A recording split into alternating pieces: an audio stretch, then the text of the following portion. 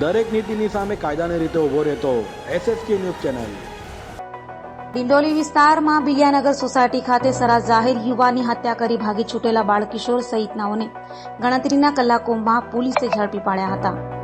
સુરતના ડિંડોલી ખાતે આવેલ બિલિયાનગર સોસાયટીમાં વિશાલ ઉર્ફે અતુલ સોની નામના યુવાનની સરા જાહેર હત્યા કરાઈ હતી, જેની જાણ થતાં તાત્કાલિક પોલીસ કાફલો સ્થળે દોડી ગયો હતો અને લાશનો કબજો લઈ તપાસ શરૂ કરી હતી, જેમાં અંગત અદાવતમાં હત્યા કરાઈ હોવાનું સામે આવ્યું હતું। તો હત્યા કરનાર મુકેશ મીર, ગોપાલ મીર, આનંદ ઉર્ફે કાલુપુરે યાદવ, અભિષેક ઉર્ફે કાલિયા પાઠ અને કાયદાના સંઘર્ષમાં આવેલા બાળકિશોરે મૃતક સાથે બોલાચાલી ઝઘડો થતા તેની હત્યા કરી હોવાની કબૂલાત કરી હતી।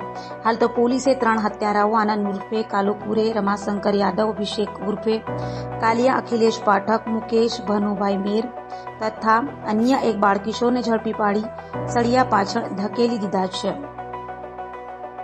હત્યાનો બનાવ હતો, આરોપીઓ પકડાઈ ગયા છે, શું છે મામલો? ડિંડોલી પોલીસ સ્ટેશન વિસ્તારમાં ગઈકાલે નવાગામ એરિયામાં એક ઘટના બની હતી। આ ઘટનામાં હત્યાનો બનાવ બન્યો હતો।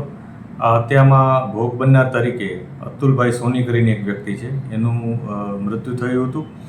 એ વ્યક્તિનું અગાઉ થોડાક દિવસ પહેલાં જે આરોપીઓ છે 5 આરોપીઓ એના સાથે ઝઘડો થયો હતો, અવારનવાર તકરાર પણ થતી હતી, પરંતુ ગઈકાલે તેઓએ એક આયોજનપૂર્વક રીતના આ બનાવને અંજામ આપ્યો હતો।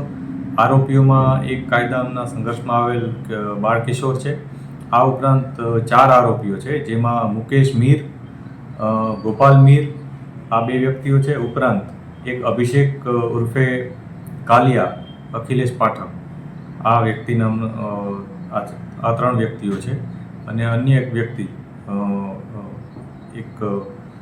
વ્યક્તિનું પણ આમાં નામ આવે છે।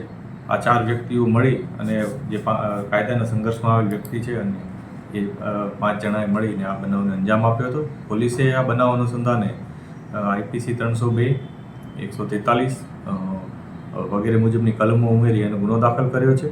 આ ગુનો દાખલ કર્યાને તરત જ પોલીસે ગણતરીના કલાકોમાં જ 4 આરોપીઓની અટકાયત કરી લીધી હતી અને કાયદેસરની કાર્યવાહી કરી એમાંથી જે 3 વ્યક્તિઓ છે એની ધરપકડ કરેલ છે અને એક કાયદાના સંઘર્ષમાં આવેલ બાળકિશોરને રાઉન્ડ અપ કરેલ છે। સાહેબ, આ લોકો કઈ જગ્યા ભાગ્યા હતા અને પોલીસે કઈ મહેનત કરીને આ લોકોને પકડ્યા છે? આ લોકો પોલીસને ઇન્ફોર્મેશન જે મળી હતી એ મુજબ એ લોકો જે ડિંડોલી પોલીસ સ્ટેશન વિસ્તાર છે એનાથી બહારના એરિયામાં જતા રહ્યા હતા। પોલીસે તત્કાલ એમનું પોતાના સોર્સ મારફત ઇન્ફોર્મેશન મેળવી અને આરોપીઓ સુધી પહોંચી ગયા હતા અને પહોંચીને તત્કાલ તેઓને રાઉન્ડ અપ કરી અને લઈ આવ્યા હતા। એકવાર એ લોકોનું આઈડેન્ટિટી વેરીફાઈ કરી હતી, એમનું જે બીજી ડિટેલ્સ છે એ વેરીફાઈ કરી હતી અને ત્યારબાદ તેઓની ધરપકડ કરી હતી। દરેક નીતિની સામે કાયદાની રીતે ઊભો રહેતો એસએસકે ન્યૂઝ ચેનલ।